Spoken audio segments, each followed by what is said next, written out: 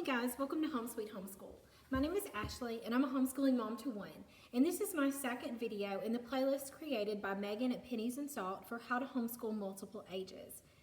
If you haven't seen our first videos, do check out the playlist that'll be linked down below in the description box. Today I'm just going to share a really quick video with you with what we use at co-op. I teach a history class at our co-op on Mondays, and the age ranges are from 2nd grade all the way to 5th grade. So that's a pretty big level to work with. And I know you're working with kiddos in your home that may be some of those age ranges, even on up to high school. We do use this in our entire co-op, so there is a high school, middle school group, and then there's also a lower level like preschool, kindergarten, 1st grade group. And we all use the Mystery of History. This is made for you to read it all to your family, and then I want to show you how neat it is to find ideas for your age groups. So mine came taken apart because I did order it used off of eBay. That's a really good way to get the Mystery of History cheap. So this is the volume 2. I got it from eBay, and then I just put it into my own binder, so that's why it looks huge. But what I like about it is it's almost told in a story format, which I like that too. And it gives you a summary. It does have pre-test, which would be great for your older kids. It has your lessons, it has activities, and then you can also make memory cards and timelines. That's totally up to the families in our co-op what they do. I just go over the lessons and provide an activity, and what they do with it during the week is totally up to them.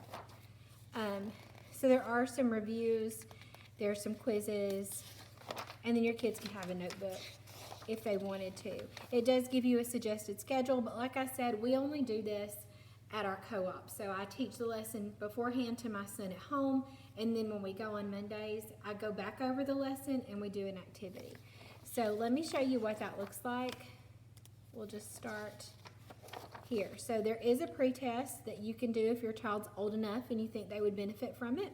Then you could definitely give them the pre-test. And then here's the lesson. So what I tend to do, because I have 2nd through 5th grade, I have already read this lesson. I pre-read the lesson beforehand so that I know what I'm talking about. And if I'm confused about anything, I can look it up, discuss it with my husband, so that I can deliver correct information to these kiddos. These kiddos cannot sit through this entire lesson because, like I said, I have 2nd graders. So what I tend to do is go through and I pull out things, the things that are most important. And someone had this book before me and they highlighted in it. So sometimes I'll look at what they highlighted and see, hey, that's something I do want to point out to them. So I'll go through the lesson, and after we kind of discuss it and I ask them some questions, I always have an activity for each lesson. We do 3 lessons a week, so I'll plan 3 activities. And let me show you how great this is for you at home that are teaching multiple ages of children, or children that are in multiple grades.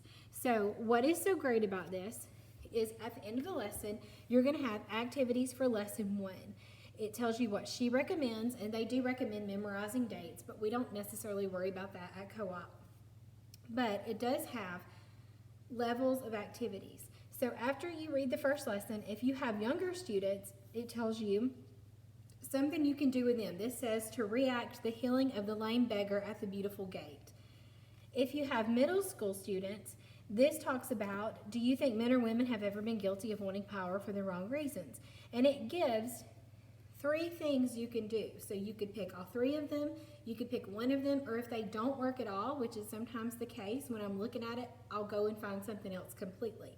But what I love about this is it gives me a place to start, and it does provide me with good activities. And then there's even something for the older students. So everybody hears the same lesson, but the activities can really be targeted towards their level. Not necessarily their age, but the level that you think they can handle. And that's how the entire book is set up. So we read about Saul, and then there were activities for each. And I tend to go look at the younger students because they're the ones who struggle the most to keep up with us. And then I just try to add a little bit to it because we don't quite have middle grade kids yet. But there are tons of great activities after each lesson. So I just wanted to share this with you. If you're looking for a history curriculum, we use this at our co-op and it's working very well for all of us. So if you're looking for something to do with your youngest kids, like your pre-K up to your high school, and you want to do history with everyone, you might want to look into the Mystery of History because it has worked out very well for us. If you have any comments or questions, please leave them down below.